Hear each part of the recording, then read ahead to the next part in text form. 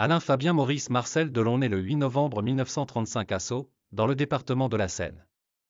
Fils de Fabien Delon, directeur du cinéma de Bourg-la-Reine, le Regina, et d'Edith Arnold, employé dans une pharmacie, il est né dans une famille de la petite bourgeoisie.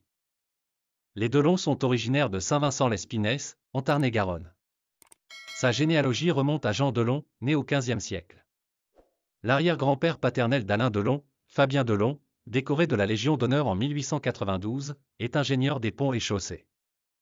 Sa grand-mère paternelle, Marie-Antoinette Evangelista, est corse dans sa commune d'origine. Elle épouse le 3 décembre 1888 le grand-père Jean-Marcel Delon, alors percepteur au même endroit. La légende familiale veut que la famille Evangelista soit apparentée aux Bonaparte. En 1939, Alain Delon a 4 ans lorsque ses parents divorcent. Il est alors confié à une famille d'accueil, ce qui restera pour lui une blessure d'enfance jamais cicatrisée. Le père de cette famille est gardien de prison à Fresnes. Alain Delon, qui vit à côté, entend la salve qui exécute Pierre Laval dans la cour de la prison, dont on lui raconte les détails. Il est placé ensuite dans la pension catholique Saint-Nicolas d'Igny, où il passe toute sa jeunesse avec un de ses meilleurs amis, Gérard Salomé. Il se fait renvoyer 6 fois des écoles qu'il fréquente. Sa mère, qui a épousé en seconde noces Paul Boulogne, un commerçant boucher-charcutier de Bourg-la-Reine, lui ménage une place dans le domicile familial.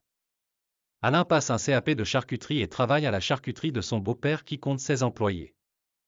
À 14 ans, il a l'occasion de tourner le rôle d'un voyou dans Le Rapt, un court-métrage muet de 22 secondes réalisé par Olivier Bourguignon, le père de l'un de ses amis. Au même âge, il fait une fugue dans le but d'aller vivre à Chicago, mais il est arrêté à Bordeaux. Devançant l'appel sous les drapeaux, il effectue à 17 ans son service militaire dans la Marine nationale. Après un passage au centre de formation maritime de Pont-Réan, il poursuit son service militaire en 1953 à l'école des transmissions des Bormettes. Après qu'il a été pris pour un vol de matériel, la Marine nationale lui laisse le choix entre quitter la marine ou prolonger son engagement de 3 à 5 ans. Matelot première classe, il est alors affecté à la compagnie de protection de l'Arsenal Saigon. Vers la fin de la guerre d'Indochine, il est mis aux arrêts pour avoir volé une Jeep et fait une virée au cours de laquelle le véhicule est tombé dans un arroyo.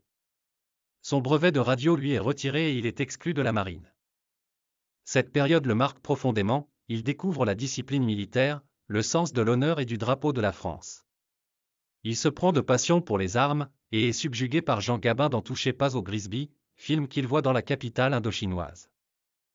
De retour en 1956 à Paris où il fait la connaissance de la future Dalida, avec qui il a ensuite une liaison, il enchaîne les petits métiers, notamment comme débardeur aux Halles et serveur dans un café près des Champs-Élysées. À Montmartre, il côtoie le monde de la pègre et des gigolos, dont l'un, selon Bernard Violet, un homosexuel nommé Carlos, va assurer sa protection. Sa rencontre amoureuse avec l'actrice Brigitte Aubert au Club Saint-Germain l'éloigne de cet univers et change son parcours. Dans le quartier de Saint-Germain-des-Prés, il se fait remarquer par Jean-Claude Brialy qui l'invitait au Festival de Cannes où son physique et sa gueule d'ange ne passent pas inaperçus. Il fait un bout d'essai concluant et aborde ainsi le milieu du cinéma, sans formation particulière d'acteur. En 2018, il considère avoir été un acteur et non un comédien. Il différencie les deux ainsi: ma carrière n'a rien à voir avec le métier de comédien. Comédien, c'est une vocation. C'est la différence essentielle et il n'y a rien de péjoratif ici entre Belmondo et Delon. Je suis un acteur, Jean-Paul est un comédien. Un comédien joue, il passe des années à apprendre, alors que l'acteur vit. Moi, j'ai toujours vécu mes rôles. Je n'ai jamais joué. Un acteur est un accident. Je suis un accident. Ma vie est un accident. Ma carrière est un accident. À Rome, où Alain Delon vit avec Gianpaolo Barbieri, qui deviendra un photographe célèbre, il est remarqué par le célèbre producteur de films et découvreur de talent américain David O. Selznick qui lui propose un contrat de 7 ans aux États-Unis à la condition qu'il apprenne l'anglais. De retour en France, Delon se met donc à l'étude de cette langue, mais il rencontre le réalisateur Yves Allégret, qui le convainc de rester en France. En 1957, l'actrice Michèle Cordoue, dont il est l'amant, convainc son mari, Yves Allégret, de l'engager pour tourner son premier film Quand la femme s'en mêle. Il y joue un petit rôle aux côtés de la star Edwige Feuillère. Alain Delon raconte: je ne savais rien faire. Allégret m'a regardé comme ça et il m'a dit: écoute-moi bien, Alain. Parle comme tu me parles. Regarde comme tu me regardes. Écoute comme tu m'écoutes. Ne joue pas, vis. Ça a tout changé. Si Yves Allégret ne m'avait pas dit ça, je n'aurais pas eu cette carrière. Il apparaît ensuite dans la comédie Sois belle et tais-toi de Marc Allégret, où il côtoie Mylène de Mongeau, Henri Vidal, ainsi qu'un autre jeune acteur, tout comme lui débutant, Jean-Paul Belmondo. En 1958, il rencontre Romy Schneider sur le tournage du film Christine, réalisé par Pierre Gaspard VIII, avec son ami Jean-Claude Brialy et Micheline Pressel. Le coup de foudre est réciproque. Il a 22 ans, elle en a 19. Les fiancés de l'Europe se consacrent, le 22 mars 1959, sur le lac de Lugano dans la maison des parents Schneider, sous les feux de la presse. Ils incarnent la beauté, la jeunesse, le succès et deviennent un couple célébré par le show-business et le public. Après Christine où il tient son premier rôle important, Delon rencontre son premier succès dans Faible femme de Michel Boiron, où il retrouve Mylène de Mongeau et partage également l'affiche avec d'autres jeunes premières, Pascal Petit et Jacqueline Sassard. Dans Le chemin des écoliers, d'après Marcel Aimé, il joue le fils du personnage interprété par Bourvil. Son modèle est alors Jean Gabin. En 1960, Alain Delon accède au rang de star sous la direction de René Clément avec Plein Soleil, adapté du roman Monsieur Ripley de Patricia Highsmith, film qui est suivi, en 1961, par Rocco et ses frères de Luchino Visconti, qui remportent le prix spécial du jury au Festival de Venise et consacrent Delon et Annie Girardot. La jeune star joue ensuite dans un sketch romantique face à Brigitte Bardot dans Les Amours célèbres, un film en costume inspiré des bandes dessinées de Paul Gordeau, tourné par Michel Boiron. La même année, Alain Delon commence une carrière d'homme d'affaires en achetant dans le Vieux-Nice, le restaurant La Camargue. L'acteur s'éloigne des compositions légères de ses débuts.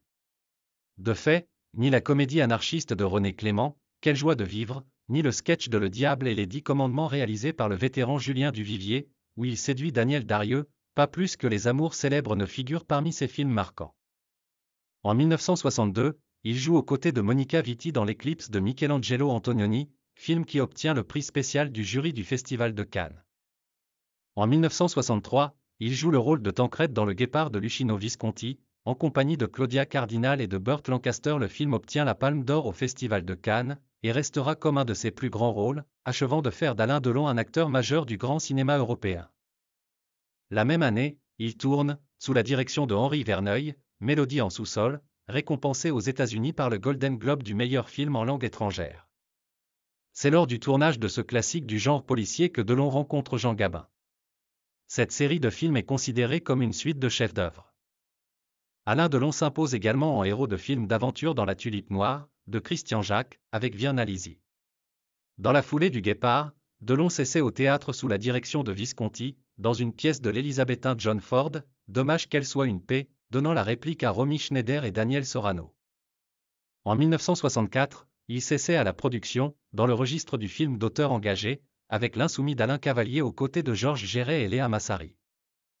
La même année, le 13 août, un an après sa rupture avec Romy Schneider, leur liaison dure depuis 5 ans, il épouse Francine Canova, mère d'une petite fille née d'un premier mariage. Francine débutera au cinéma en 1967, sous le nom de Nathalie Delon dans le film de Melville le Samouraï.